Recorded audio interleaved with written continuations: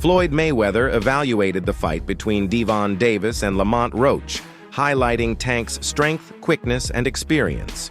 He feels that Roach is competent, but not strong enough to withstand Davis's unrelenting pressure and knockout capabilities. But I must say this, the most exciting fighter that's acting and fighting in boxing right now is Gervonta Tank Davis. When Gervonta Tank Davis go out there and fight, he reminds me of Pretty Boy Floyd. Because Pretty Boy Floyd, you couldn't go get no popcorn. You couldn't go get no soda. You couldn't go get no candy. You don't want to miss nothing. Famous. Boxing analyst Al Bernstein has voiced doubts about Lamont Roach's chances of defeating Gervonta Tank. According to Davis Bernstein, Roach's prior performances don't demonstrate the strength required to defeat a strong opponent like Davis, who has an outstanding record and numerous titles. Many have questioned if the upcoming fight will be competitive as a result of this viewpoint. The big one coming up in a month. Another guy you called several of his fights, Gervonta Davis, fighting Lamont Roach, is a significant favorite. Do you think Roach is being undervalued as an underdog, or it will probably go the way people think it will go? Roach is coming up in weight. He came up in weight to him. I don't see. Honestly, I don't see him. He's a good fighter, but I don't see. He's nothing in his past tells me he's going to beat Gervonta Davis or even be competitive with him. And I'm not. It's not a denigration of Lamont Roach. He's a good fighter. He won a title at a lower weight, and that was a surprise to some people that he did get, even though he was a good prospect. So it's just hard to imagine him beating Davis. The other Davis is fighting for a world title 2 weeks before in New York against Baranchik. Oh yeah, Keyshawn Davis. That's a fascinating fight. Lamont Roach's move up to 130 lb, former professional boxer Dawood, has sparked conflicting reactions to the impending battle between Gervonta, Tank Davis, and Roach, with some calling it a cherry choice. In his analysis of the bout, Bay highlights the lengthy boxing histories of Washington, D.C., and Baltimore. He thinks Roach's camp is formidable and anticipates a hard-fought bout rather than a landslide victory for Davis. Bay emphasizes Davis's standing in the sport and says that unless he competes against elite athletes like Shakur Stevenson or Devin Haney, criticism will inevitably come.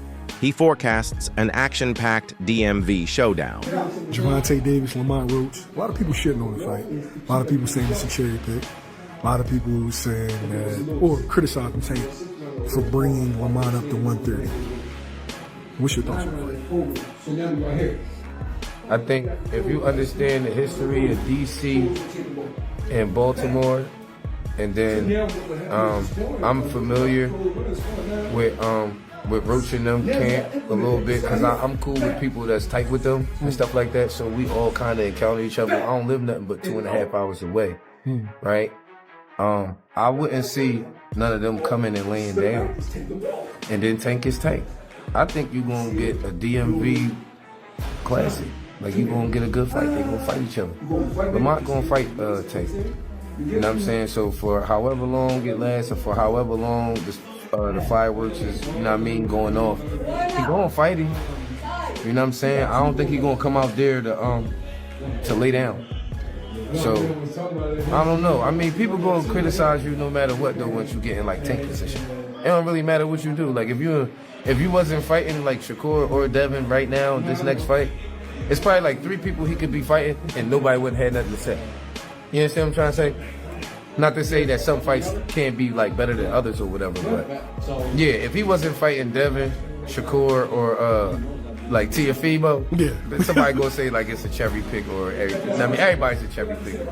Leave it up to them. The boxing community has expressed disapproval of Davis's choice of Lamont Roach as his next opponent. Critics claim that Davis is steering clear of more difficult bouts with elite opponents like Shakur Stevenson. The choice to take on Roach, who is thought to be a weaker opponent, has generated discussions on Davis's commitment to compete against the best in the division and charges of cherry-picking. I feel at the 135 will probably be Gervonta Tank Davis. But the most skillful fighter at 135 will be hands down Shakur Stevens. And what is it about him? Because I know he have a lot of good attributes, but do you think he has enough power? Well, it's really all about skills. Pernell Whitaker wasn't a huge puncher, but he was, I mean, very exciting, very tough, and he fought everybody.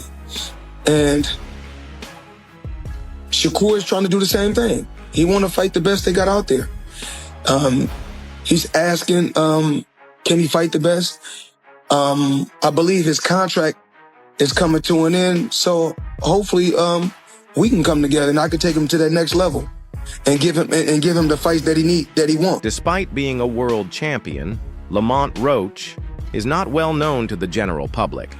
This makes it seem like Davis has picked an easy fight, but supporters of Roach contend that his status as the underdog could benefit him because opponents might underestimate his abilities in the ring. Shields recognizes Roach's potential, but highlights Davis's impressive record and skill set. Lamont Roach is a good fighter, but and I'm happy to see a fighter like Lamont Roach, who's had to come up the blue-collar way, get a big opportunity, get a big payday. But now that I've said that, it's an underwhelming fight, and everybody's saying that because it's true.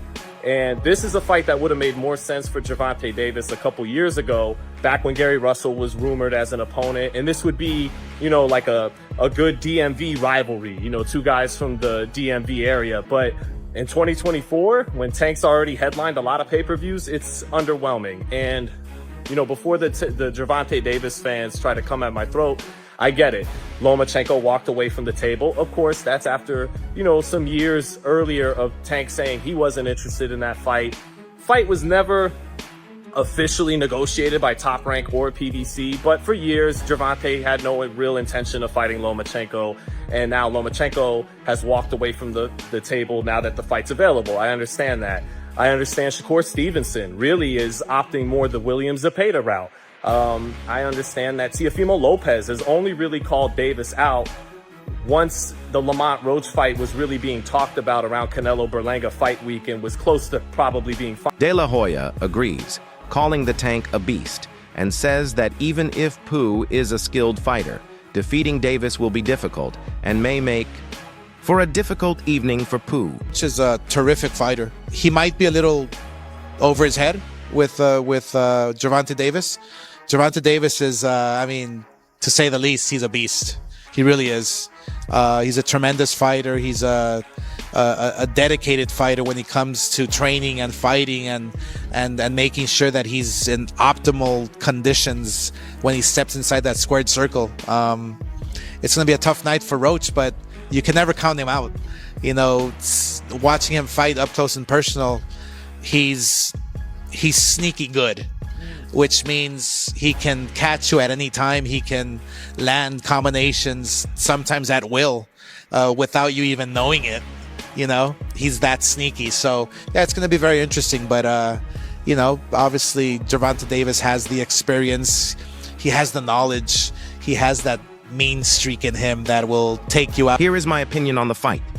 Gervonta Davis recently declared his intention to retire at the end of 2025. Claiming personal reasons and a desire to prioritize his family and mental health. This decision has affected his choice of opponents, resulting in his decision to fight Lamont Roach. On the fight, everything is true about this situation. One, Gervonta Tank Davis was being ducked leading up to this. Shakur Stevenson ducked him. Lomachenko ducked him openly. El Rayo didn't want to fight this year. He wanted to fight next year. Another thing is, I was hearing that Tank wanted it at 135 and rehydration, all kind of shit. So, but I don't know how true that is, which it wouldn't shock me if that was true. Either way, for whatever reason, El Rayo fell apart. The options were just getting diabolical. All right, I understand that. At the same time, Lamont Roach versus Tank is trash. If Devin Haney announced he was fighting Lamont Roach coming up from 130 next at 135, I'll say that shit's trash. Let me tell you this. To me, Gervonta is far better than Devin Haney. So it's trash, bruh. According to others, Davis wants to achieve small wins before retiring. That concludes today's film. Stay tuned until the next one. Some people think he is giving up-and-coming fighters a chance to get recognition and financial gain. That's it for today's video. Stay tuned until next time.